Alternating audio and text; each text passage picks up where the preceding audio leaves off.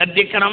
ഈ കാര്യം വിശദീകരിച്ചുകൊണ്ട് ഇബ്നു ഹജർ ഹൈതമി റളിയല്ലാഹു അൻഹു തുഹ്ഫയിൽ പറയുന്നുണ്ട്, വയൽസമുഹു ജമീഉ സർഫി മാലി തിജാറത്തിലൈഹി, അവന്റെ മൊത്തം കച്ചവട ധനം വരെ ഈ വിഷയത്തിലേക്ക് തിരിക്കൽ അത്യാവശ്യമാണ്. വഇൻ ബതലത്തി തിജാറത്തു, അതോടുകൂടെ അവന്റെ കച്ചവടം ഒഴിവായാലും മുടങ്ങിയാലും യാതൊരു കുഴപ്പമില്ല.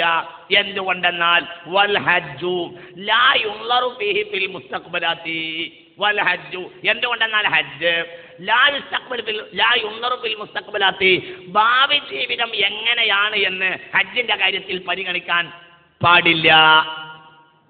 മനസ്സിലാവുന്നുണ്ട് നിങ്ങൾക്ക്? വളരെ ചിന്തിക്കണം, വളരെ ചിന്തിക്കണം. വൽ ഹജ്ജു ലാ യുൻളറു ഫീഹി ഫിൽ മുസ്തഖ്ബലാത്ത്, ഈ ഹജ്ജ് പോയി മടങ്ങി വന്നാൽ പിന്നെ എങ്ങനെ ജീവിക്കാൻ ഹജ്ജിന്റെ കാര്യത്തിൽ ചിന്തിക്കാൻ പാടില്ല എന്ന് ഇസ്തിതാഅത്തിന്റെ ബാബ് വിശദീകരിച്ചുകൊണ്ട് നിങ്ങൾ ആലോചിക്കുക, നിങ്ങൾ ചിന്തിക്കുക. എന്താ ഇന്നത്തെ നമ്മളെ അവസ്ഥ? നമ്മൾ പറയാണ് എന്ന് മകളെ കെട്ടിക്കാൻ ബാക്കിയുണ്ട്, 2 കുട്ടികളെയും കൂടി കെട്ടിക്കാൻ ബാക്കിയുണ്ട്. ഇനി കെട്ടിച്ചാലാണ് കല്യാണം കഴിഞ്ഞാലോ അപ്പോഴത്തിന് നമ്മൾ കെട്ടിച്ച പെൺകുട്ടിക്ക് ഒന്നിന് വയറ്റിലുണ്ട്, ഇനി അത് രണ്ടാലൊന്ന് ഭാഗത്തേക്ക് തിരിഞ്ഞിട്ട് ഇക്കൊല്ലം വേണ്ട എന്ന്. അപ്പോഴത്തിന് അതൊരുങ്ങിയപ്പോഴത്തിന് അടുത്ത പെൺകുട്ടിക്കും വയറ്റിലുണ്ടായി. മിക്കവാറും നമുക്ക് ഹജ്ജിന് പോക്ക് നടക്കില്ല.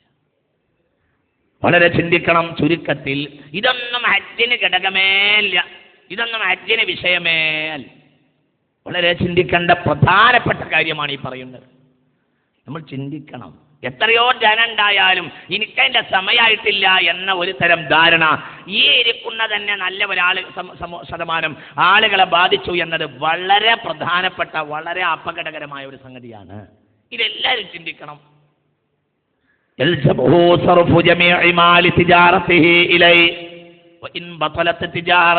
എന്തുകൊണ്ടെന്നാൽ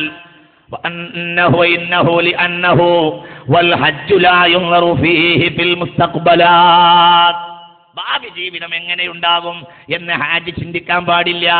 കാരണം അള്ളാഹുവിന്റെ കഅബാലയത്തിലേക്ക് പോകാൻ മാത്രമുള്ള ഒരു ബറക്കത്തെ, ഒരു ധനം അള്ളാഹു തആല അവന് നൽകിയ സ്ഥിതിക്ക് ഇനി അത് ഉപയോഗിക്കലും അത് ചെയ്യലും അവന്റെ പ്രധാനപ്പെട്ട ധർമ്മമാണ്, ഉത്തരവാദിത്തമാണ് എന്ന് ഈ സംഭവം വിശദീകരിച്ചുകൊണ്ട് ബഹുമാനപ്പെട്ട ഇബ്നു ഹജർ ഹൈതമി റളിയല്ലാഹു അൻഹു ഹാത്തിമത്തുൽ മുഹഖഖീൻ തന്റെ തുഹ്ഫയിൽ ഹജ്ജിന്റെ ബാബിൽ ഇസ്തിതാഅത്തിനെ വിശദീകരിച്ചുകൊണ്ട് രേഖപ്പെടുത്തിയിട്ടുണ്ട്. ഞാൻ പറയട്ടെ മുഅ്മിനീങ്ങളെ, ഈ പറഞ്ഞ അടിസ്ഥാനത്തിൽ സമൂഹത്തിലെ 90% ആളുകൾക്ക് ഹജ്ജ് ഇന്ന് നിർബന്ധമാണ്. ഇത് വളരെ ശക്തമായി ഞാൻ ഊന്നി പറയാൻ ഉദ്ദേശിക്കുകയാണ്. ഇത് വളരെ പ്രധാനപ്പെട്ട കാര്യമാണ്. ഇത് വായിൽ നിന്ന് വായിലേക്ക് പകർന്നു കൊടുക്കേണ്ടതാണ്. ഈ വിഷയത്തിലുള്ള അച്ഛന്തവ്യമായ ഒരു തരം അനാസ്ഥ നാം ഉപേക്ഷിക്കേണ്ടതാണ്. ഇത് സമൂഹത്തിന് തിന്മയായി ഭവിക്കുകയും നമ്മുടെ ധനം, അള്ളാഹുവിന്റെ ബറക്കത്ത്, അള്ളാഹുവിന്റെ തിരനോട്ടം നഷ്ടപ്പെടുന്നത് ആയിത്തീരുകയും ചെയ്യും. അതെല്ലാവരും പ്രധാനമായി ഗണിക്കണം എന്ന് ഓർമ്മപ്പെടുത്തുകയാണ്. അള്ളാഹു നമുക്ക് നാഫിയായ ഇൽമിനെ തരട്ടെ. കാര്യങ്ങളെ യഥാവിധി ഉൾക്കൊള്ളാൻ അള്ളാഹു നമുക്ക് തൗഫീഖ് ചെയ്യുമാറാകട്ടെ. മുഅ്മിനീങ്ങളെ, ഇനി മറ്റ് പ്രധാനമായ ചില ഹദീസുകൾ കൂടി പറഞ്ഞ് നമുക്ക് ഇനി മുഖദ്ദിമാത്തിലേക്ക് കയറാം. ഒന്ന്, എന്താണ് ഹജ്ജ് കൊണ്ടുണ്ടാകുന്ന നേട്ടം? സ്വഹീഹുൽ ബുഖാരി ഖാല റസൂലുള്ളാഹി സ്വല്ലല്ലാഹു അലൈഹി വസല്ലം മൻ ഹജ്ജ ഹാദൽ ബൈത്ത് ഫലം യർഫുസ് വലം യഫ്സുഖ് ഖറജ മിൻ ദുനൂബിഹി കയൗമ വലദതുഹു ഉമ്മുഹു. ഹബീബായ നബി പറഞ്ഞു സ്വല്ലല്ലാഹു അലൈഹി വസല്ലം, സ്വഹീഹുൽ ബുഖാരി, സ്വഹീഹ് മുസ്ലിം, മൻ ഹജ്ജ ഹാദൽ ബൈത്ത്, ഈ കഅബാലയത്തിൽ വന്ന ഒരാൾ ഹജ്ജ് ചെയ്താൽ ഫലം യർഫുസ് വലം യഫ്സുഖ്, ഫലം യർഫുസ് അവൻ അശ്ലീലമായ പ്രവർത്തനം നടത്തിയില്ല, വലം യഫ്സുഖ് ഒരു തിന്മയിലും തെമ്മാടിത്തരത്തിലും അവൻ ഏർപ്പെട്ടതുമില്ല എങ്കിൽ ഖറജ മിൻ ദുനൂബിഹി അവന്റെ എല്ലാ ദോഷങ്ങളിൽ നിന്നും അവൻ പുറപ്പെടുന്നതാണ്. കയൗമ വലദതുഹു ഉമ്മുഹു അവന്റെ ഉമ്മ അവനെ പ്രസവിച്ചതുപോലെ. നമുക്ക് തൗഫീഖ് ചെയ്യട്ടെ. വേറെയൊക്കെ ഇവിടെ പ്രവർത്തനല്ലേ എന്ന് പെൺകുട്ടികളെ കെട്ടിക്കണ്ടേ, അതിനൊക്കെ വേറെ പൈസ ഉണ്ടല്ലോ നമ്മുടെ കയ്യിൽ. ഒരു വിഷയം പറയുമ്പോഴാണ് നമ്മൾ എന്ത് ചെയ്യാന്നറിയോ, നമ്മൾ പിന്നെ പെൺകുട്ടികളെ കെട്ടിക്കേണ്ട വിഷയമുണ്ട്, അതിന് വേറെ പൈസ നമ്മുടെ കയ്യിലില്ലേ, അത് നമ്മൾ ചിന്തിക്കണം. ചില ആളുകൾക്കുള്ള ഒരു വിഷയമാണത്. എന്തെങ്കിലും അത്യാവശ്യമായിട്ട് പള്ളി ഒന്ന് പൊളിച്ചുണ്ടാക്കേണ്ട വിഷയം, ഒരു ഹൗളുങ്കര പൊളിച്ചുണ്ടാക്കേണ്ട വിഷയം പറഞ്ഞാൽ അപ്പം പറയും നമ്മളെ നാട്ടിൽ പെൺകുട്ടികളെ കെട്ടിക്കാത്ത എത്ര കേസുണ്ട്, ഇതിങ്ങനെ തന്നാൽ പോലെ, അതിനേക്കാൾ വിഷയമല്ലേ മറ്റത്. അത് രണ്ടും നടക്കണം വിചാരിച്ചാൽ പോലെ. ഹൗള് പൊളിച്ചുണ്ടാക്കുകയും വേണം, അത് മാത്രമല്ലല്ലോ, ഹൗളും കരക്കുള്ള മാത്രം പൈസ അതിന് ഒഴിവാക്കേണ്ട ആവശ്യമില്ലല്ലോ, അത് നന്നാക്കുകയും വേണം. ബാക്കിയും പൈസ അല്ലേ നമ്മളെ കയ്യിൽ. ഇതൊക്കെ അള്ളാഹു ചെയ്ത നിഅമത്തല്ലേ മനുഷ്യന്മാരെ. ഇതേതായാലും ഇവിടുന്ന് നമ്മൾ ഇട്ടേച്ചു പോകേണ്ടതുമാണ്. എല്ലാവരും പല സദസ്സിലും ഞാൻ അങ്ങനെ കാണാറുണ്ട്. അതുകൊണ്ടാണ് ഞാൻ സാന്ദർഭികമായി നിങ്ങളോട് ഓർമ്മപ്പെടുത്തിയത്. പരമാവധി ഓരോരുത്തരും ചെയ്യാൻ ശ്രമിക്കുക എന്നാണ് ഈ വാക്കിന്റെ താല്പര്യം. ഞാൻ ഈ വിഷയത്തോട് നീതി പുലർത്തിയാണ് നിങ്ങളോട് പറയുന്നത്. അള്ളാഹു നമുക്ക് ബോധം തരട്ടെ. ഹബീബായ നബി പറഞ്ഞു, അൽ ഹജ്ജുൽ മബ്റൂർ ലൈസ ലഹു ജസാഉൻ ഇല്ലൽ ജന്ന. സ്വഹീഹുൽ ബുഖാരി, സ്വഹീഹ് മുസ്ലിം. അൽ ഹജ്ജുൽ മബ്റൂർ, സ്വീകാര്യോഗ്യമായ ഹജ്ജുണ്ടല്ലോ, ലൈസ ലഹു ജസാഉൻ ഇല്ലൽ ജന്ന, സ്വർഗ്ഗമല്ലാതെ മറ്റൊന്നും അതിന് പ്രതിഫലമില്ല. അല്ലാഹു നമുക്ക് തരട്ടെ, അല്ലാഹു നമുക്ക് തരട്ടെ. എല്ലാവരും ചിന്തിക്കുക. ഹബീബായ റസൂലുള്ളാഹി സ്വല്ലല്ലാഹു അലൈഹി വസല്ലം ഒരിക്കൽ സ്വഹീഹുൽ ബുഖാരി വേറെ ഒരു ഹദീസ്, റസൂലുള്ളാഹി സ്വല്ലല്ലാഹു അലൈഹി വസല്ലം മുസ്തഫ നബിയോട് ചോദിക്കപ്പെട്ടു, അയ്യുൽ അഅമാലി അഫ്ളൽ, ഏറ്റവും വലിയ അമലുകൾ അമലേതാണ്? ഫഖാല, ഹബീബ് പറഞ്ഞു, ഈമാനും ബില്ലാഹി വറസൂലിഹി, അല്ലാഹുവിലും റസൂലിലും വിശ്വസിക്കലാണ്. ഖീല, അപ്പോൾ ചോദിക്കപ്പെട്ടു, സുമ്മ മാദാ, പിന്നെ ഏതാണ്? ഖാല, ഹബീബ് പറഞ്ഞു, അൽ ജിഹാദു ഫീ സബീലില്ലാഹ്, അല്ലാഹുവിന്റെ മാർഗ്ഗത്തിൽ യുദ്ധത്തിന് പോകലാണ്. ഖീല, പിന്നെ ചോദിക്കപ്പെട്ടു, സുമ്മ മാദാ, പിന്നെ എന്താണ്? ഫഖാല ഹജ്ജും മബ്റൂർ.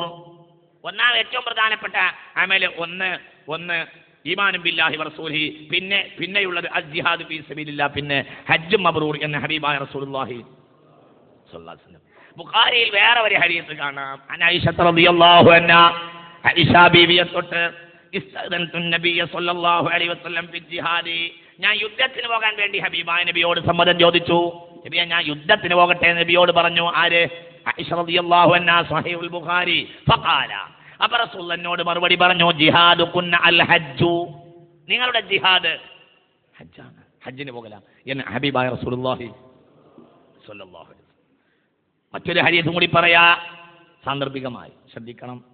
അനബീ ഹുറൈറ റളിയല്ലാഹു അൻഹു, അബൂ ഹുറൈറ തങ്ങളെ കൊണ്ട് അതാ റജുലുൻ നബിയ സ്വല്ലല്ലാഹു അലൈഹി വസല്ലം, ഹബീബായ നബിയുടെ അരികിൽ ഒരാൾ വന്നു. ഫഖാല, എന്നിട്ട് ഹബീബിനോട് പറഞ്ഞു, ഇന്ന ഉഖ്തി നദറത് അൻ തഹജ്ജ, എന്റെ പെങ്ങള് ഹജ്ജ് പോകാൻ വേണ്ടി നേർച്ചയാക്കിയിരുന്നു. അന്നഹാ മാതത്, ഹജ്ജ് ചെയ്യാതെ മരണപ്പെട്ടു പോയി. ശ്രദ്ധിക്കണം. ഇത് ഒരു വിഷയം ഞാൻ പറയാണ്, ശ്രദ്ധിക്കണം. നമ്മൾ ഹജ്ജ് ചെയ്താൽ മാത്രം പോരാ, നമ്മുടെ കൂട്ടത്തിൽ ഹജ്ജ് ഫർളായ ആളുകൾക്ക് അവർ ചെയ്യാതെ മരണപ്പെട്ടു പോയാൽ അത് നിർവഹിക്കേണ്ട കടമ കൂടി നമുക്ക് ഉണ്ട്. ബാപ്പ ഹജ്ജ് ഫർളായ ആളായിരുന്നുവെങ്കിൽ ബാപ്പാന്റെ തെരിക്കത്ത്, ബാപ്പാന്റെ ധനം ഓരി വെക്കുന്ന മക്കളുടെ ബാധ്യതയാണ് അതിൽ നിന്ന് ഒരു ധനം ഹജ്ജിന് വേണ്ടി നീക്കി വെക്കുക എന്നത്. മനസ്സിലാവുന്നുണ്ടോ നിങ്ങൾക്ക്? വളരെ ശ്രദ്ധിക്കണം. ഒരു പക്ഷേ ഇതൊന്നും നമ്മൾ ശ്രദ്ധിക്കലില്ല ഇന്നത്തെ കാലത്ത്. ബാപ്പ ആവുന്ന കാലത്ത് ചെയ്തില്ല എന്ന് പറഞ്ഞിട്ട്, എന്നിട്ട് ബാപ്പാനെ ഒരു കുറ്റം കൂടി പറഞ്ഞിട്ട് നമ്മൾ മുതൽ ഒരു വെക്കും എന്നല്ലാതെ ബാപ്പാന്റെ ആ ഒരു കാര്യം, കാരണം എന്തുകൊണ്ട് ഇത് തടിയോട് മാത്രം ബന്ധിക്കുന്ന അമലല്ല, തടിയോട് കൂടെ ഇത് ധനത്തോടും ബന്ധിക്കുന്നുണ്ട്. അതുകൊണ്ട് ധനത്തോട് ബന്ധിച്ച ഒരു ഉത്തരവാദിത്തം തീർക്കാതെ ആ ധനം ഓരിവെക്കുക എന്നുള്ളത് വളരെ മോശപ്പെട്ട ഒരു പ്രവർത്തനമാണ്. ഇതാണ് ഒരു സ്വഹാബി വന്നിട്ട് ഹബീബായ നബിയോട് ചോദിക്കുന്നത്. സ്വഹീഹുൽ ബുഖാരി, നബിയെ, ഇന്ന ഉഖ്തി നദറത് അൻ തഹജ്ജ, എന്റെ പെങ്ങളെ ഹജ്ജിന് പോകാൻ വേണ്ടി നേർച്ചയാക്കിയിരുന്നു. അൻഹാ മാതത്, ഹജ്ജ് ചെയ്യാതെ മരണപ്പെട്ടു പോയി, ഇനി എന്താ ചെയ്യേണ്ടത്? ഫഖാല നബി സ്വല്ലല്ലാഹു അലൈഹി വസല്ലം, അപ്പോൾ ഹബീബായ നബി ചോദിച്ചു, ലൗ കാന അലൈഹാ ദൈനുൻ അകുൻത ഖാലി, ഇവൾക്ക് വല്ല കട ഉണ്ടെങ്കിൽ നീ തന്നെയല്ലേ വീട്ടേണ്ടത്? ഫഖാല നഅം. മനസ്സിലാവുന്നുണ്ടോ നിങ്ങൾക്ക്? ഒരാൾ വന്ന് ചോദിക്കാണ് ഹബീബായ നബിയോട് സ്വല്ലല്ലാഹു അലൈഹി വസല്ലം, നബിയെ, എന്റെ പെങ്ങള് ഹജ്ജ് ചെയ്യാൻ വേണ്ടി നേർച്ചയാക്കിയിരുന്നു, പക്ഷെ ഹജ്ജ് ചെയ്യാതെ അവൾക്ക് കഴിഞ്ഞില്ല, മരണപ്പെട്ടു പോയി, ഇനി എന്താ വേണ്ടത്? അപ്പൊ ചോദിച്ചു, ഇൻ കാന അലൈഹാ ദൈനുൻ, അവളെ മേൽ വല്ല കടവും ഉണ്ടെങ്കിൽ അകുൻത ഖാലി, അത് വീട്ടേണ്ട ആൾ നീ തന്നെയല്ലയോ? കാലനാം, അത് ഞാൻ തന്നെ വീട്ടേണ്ടത്. ഫഖാല റസൂലുള്ളാഹി, ഉടനെ ഹബീബ് പറഞ്ഞു, എന്നാൽ ഫഖലി ദൈനല്ലാഹി ഫഹുവ അഹഖു ബിൽ ഖലാ, എന്നാൽ അല്ലാഹുവിന്റെ കടം ആദ്യം വീട്ടുക.